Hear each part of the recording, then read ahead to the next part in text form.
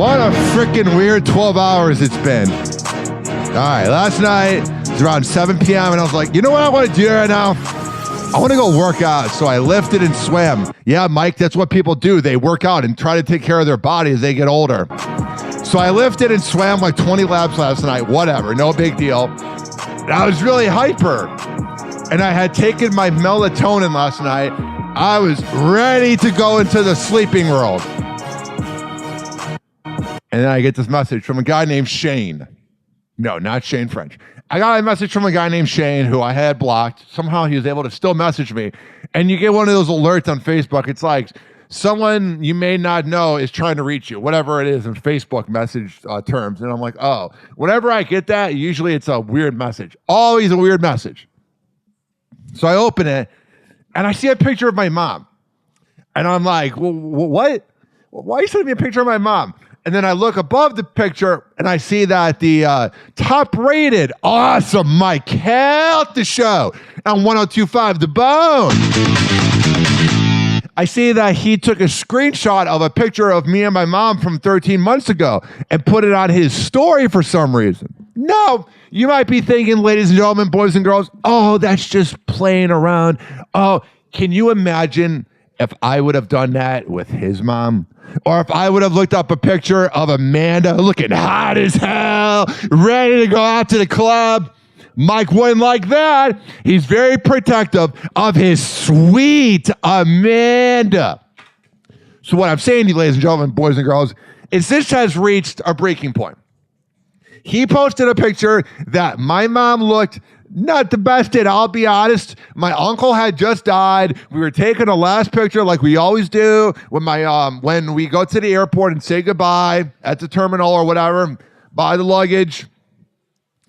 And my uncle had just died, so my mom was all sad that morning. So, like, she looked pretty in the picture like she always does, but she didn't look as, like, happy-go-lucky. So, obviously, in Mike's mind, when he sees somebody not look the best in a picture, it makes Mike Calta happy because he's not a good-looking guy. He doesn't even know the first thing about taking care of himself. That's why he's a 55-year-old millionaire who looks like he's 80. Dude, everybody out there says, oh, that person shouldn't be on Ozempic. That Mike Calta is prototypical number one person who needs Ozempic. You're going to judge other people's looks? Dude, you have aged. I was looking at a picture of us, me, you, and Matt from Hornblasters from 9 years ago. You were ugly then, but you were good-looking ugly. It was weird. You had swag to you. Your hair hadn't gone gray. You hadn't looked like Jabba the Hutt yet, mixed with Darth Vader. Dude, you are very ballsy to be posting a picture of someone's mom, man. You are very ballsy. I don't know who you think you are. You're the same guy who's literally not as famous as your former boss. You walk around like your whole career is not because of Bubba the Love Sponge, not because you didn't steal the show from him, not because you didn't learn from him. There is nothing different between you and Bubba. The only difference between you and Bubba is the fact that Bubba talks fast and you talk at a half speed. You talk like this. You claim to be, oh, I'm big and bad, and I'm so much better than Bubba the Love Sponge. I take care of my team. No, you and Todd Clem are the exact same person, Mike, and I hope you know that. You are a successful man. You make more money than the president. You love to tell everybody, but you're a joke, dude. You know how many people tell me they're afraid to talk about you at work? You know how many people at the boat say they can't stand you? You know how many people at the boat say that you're a jerk to be around and that you're mean and that you're creepy, but they don't want to lose their job?